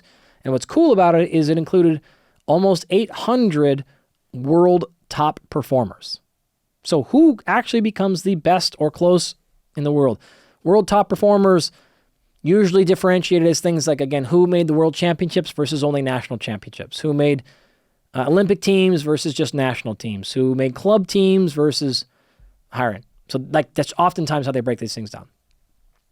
Handful of things that came out of that meta-analysis. One, the best kids played the most multi-sports. It's just really clear. You will not stop your kids' ability to be the best possible by making them play multiple sports. In fact, more likely, you're giving them a better chance to become elite by giving them a more well-rounded experience physically and cognitively. In my opinion, that is the most important stuff for us to understand for exercising kids. We talked about just from a general physical activity perspective, from a lifting weights directly, from a motor development, from an overall sport perspective. The last little tidbit I wanted to throw at you here was what we know about how to motivate kids. You could use a different term if you'd like, but how to just get kids to be more physically active when they don't want to be. Some kids are just more into movement and sports and others are not. What do you do if you're that parent thinking, how do I get them moving? I don't want to push them too much, right? You don't want to do that negative thing and you have them get mad and so on and so forth. What's the right amount of pushing and what are some strategies? Well, number one, just be more active yourself. That is always a good thing. If your kid is not active and you are not active, that is the easiest way. Kids will model parents, so kids will model community. So that said, the second one is get them in more environments where more kids and more adults are moving. If your community, your friends, your family is on TV, is on phones and stuff all day, they're going to mimic that. If they're just in different environments, they will mimic that. Those are the two biggest steps you can take. You yourself, as well as get them in peer groups of kids who are more active. Doesn't mean you can't let them be friends with their kids who want to play video games all day anymore, but you get the point. Put them around environments where people are just more active. 3, and this is actually something that has worked a lot with my kid, try different physical environments. This means play on the ground, play in the snow, play in the water, go into the forest, go into playgrounds, go into gyms, go into courts. Get them in different environments. Maybe they hate sport courts, but they love to play around in the forest. Great. Maybe they are cold and they hate the outdoors. Awesome. Try an indoor pool. Whatever you can do to change the physical environment. Maybe something will resonate and hit with them there that hasn't resonated in the sports that you liked or the activities that your spouse or your family liked. Another thing, similar idea. Try different movement modes. If they don't like running because they don't like playing soccer, they don't like playing football or basketball, try swimming. Try in the water. Make them move their body differently. Put them on a bike. Put them on a board. Have them do skateboarding. Do different things that are different, not just you moving your own body. Other stuff may do it. I can tell you right now, my daughter absolutely goes bonkers over swimming. Great. I hate swimming. Hate it, personally. Don't like it at all. She's all into it. Fantastic. I will take that kid to the pool anytime she wants to go, and we can take her there, right? Her brother doesn't like it at all. Awesome. Whatever it takes, different environments. Similar concept. Try different implements. So bats, different rackets, different balls, long things, short things, sticks, flags, whatever. You're getting the point, right? Just try different exposures. Try another thing that's worked a lot.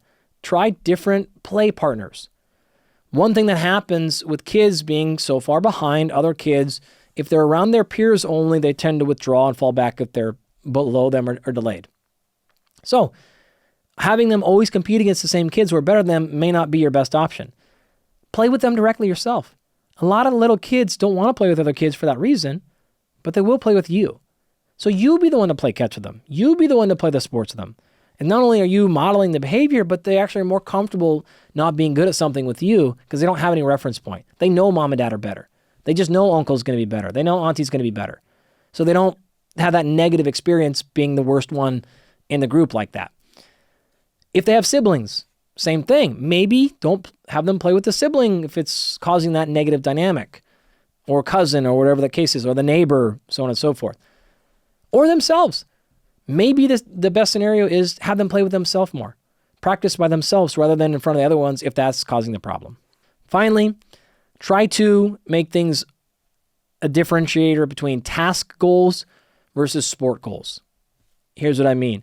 Maybe the kid has no interest in sports, but you can get them to build a fort.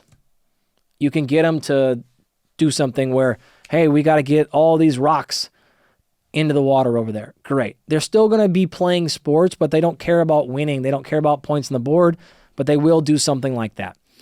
Maybe it wasn't the best example, but hopefully you can come up with your own example there where you're getting them to do different things that have a start, a stop. Here's what we're trying to do. We're going to accumulate points, but the points are different. It has an outcome that they like.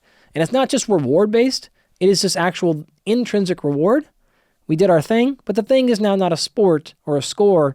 It is great. We build that cool deck. Awesome. We put that bridge across the water. Now we can go all the way over. You get the idea. I hope that was informative and I gave something for everybody.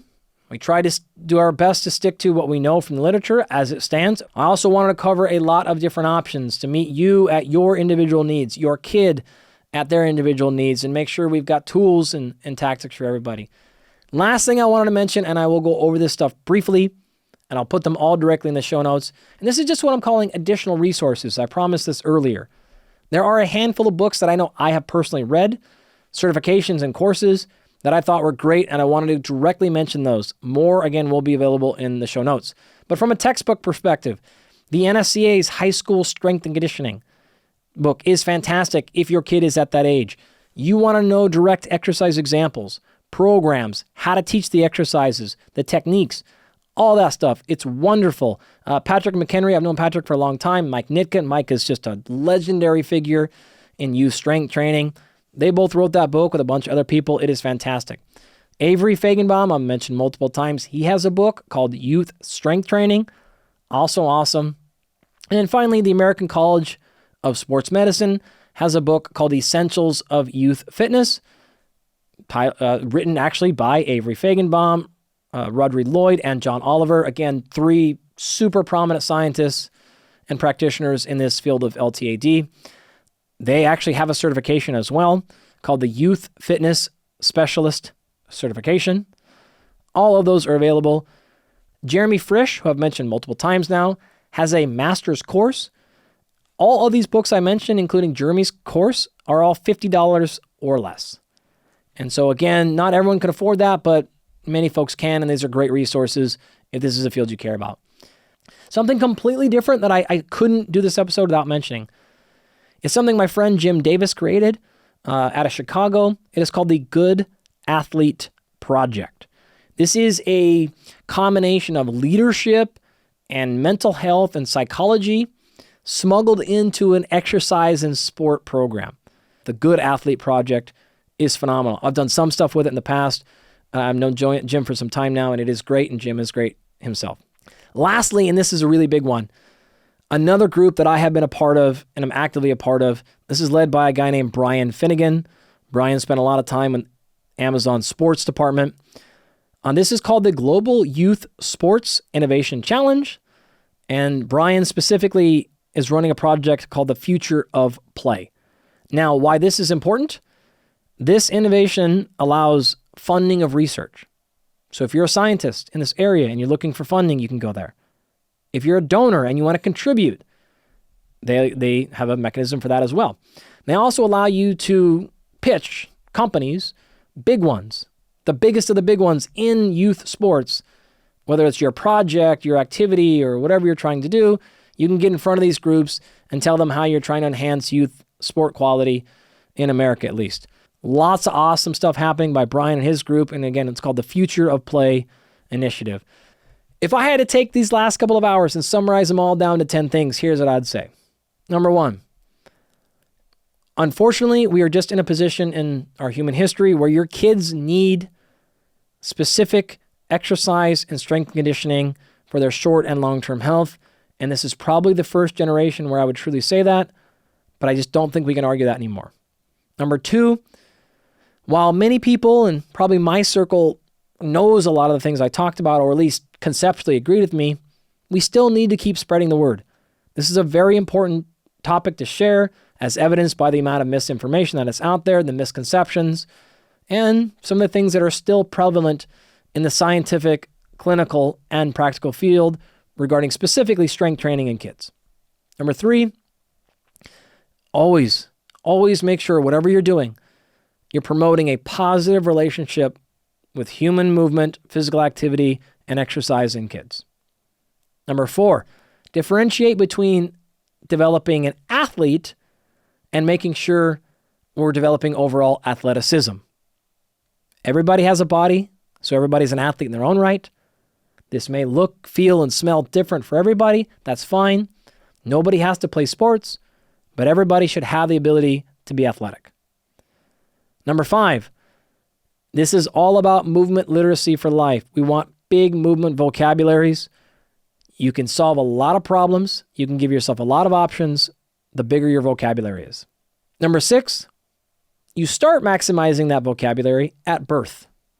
Of course, everything is appropriate to age and desire and abilities.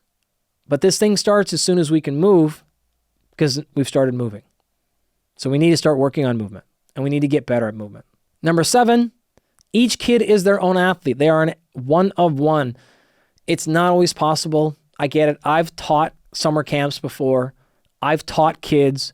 I've taught the middle school 50 plus groups of kids at a time. You got to do group stuff. You got to bucket however you can. I get it. That's realistic. But when possible, try to meet every kid where they are at and treat them as a one of one. Number eight, all this starts with you. The more you can do, the more you can model, the more you can help promote these activities, the more likely it is your kid or your nephew, your neighbor is going to have success in those things. Number nine, don't over-specialize, especially early. We can do that later in life, probably a lot later than you think. There are some exceptions. Gymnastics peaks at like 12. Yes, I get it. I hear you out there. But for the most part, as a general rule, we want to specialize later in life and spend more of our time on foundational basic human movement principles and concepts and less on sports tactics and skills for younger kids. And 10th, and finally, if we can fundamentally frame this as games and not drills, as fun and not workouts and not exercises, we re-switch our brain. We take a kid-centric rather than a adult-centric approach to how we think about, how we program, how we implement, and how we coach strength training in kids. We're going to be more effective in the short and long term. I want to leave you on one final thought, and that is a quote from former President of the United States, Franklin D. Roosevelt, from 1940, and he said effectively, "We can't always build a future for our youth, but we can build our youth for the future." Thank you for joining for today's episode. My goal, as always, is to share exciting scientific insights that help you perform at your best. If the show resonates with you and you want to help ensure this information remains free and accessible to anyone in the world, there are a few ways that you can support. First, you can subscribe to the show on YouTube, Spotify, and Apple. And on Apple and Spotify, you can leave us up to a 5-star review. Subscribing and leaving a review really does help us a lot. Also, please check out our sponsors. The show would not exist without them, and their exceptional products and services. Finally, you can share today's episode with a friend who you think would enjoy it. If you have any content questions or suggestions, please put those in the comments section on YouTube. I really do try my best to read them all and to see what you have to say. I use my Instagram and X profiles also exclusively for scientific communication, so those are great places to follow along for more learning. My handle is @DrAndyGalpin on both platforms. We also have an email newsletter that distills all of our episodes into the most actionable takeaways. We have newsletters on how to improve fitness in VO2 max, how to build muscle and strength, and much more. To subscribe to the newsletter, just go to performpodcast.com and click newsletter. It's completely free, and we do not share your email with anybody. Thank you for listening. And never forget, in the famous words of Bill Bowerman, if you have a body, you are an athlete.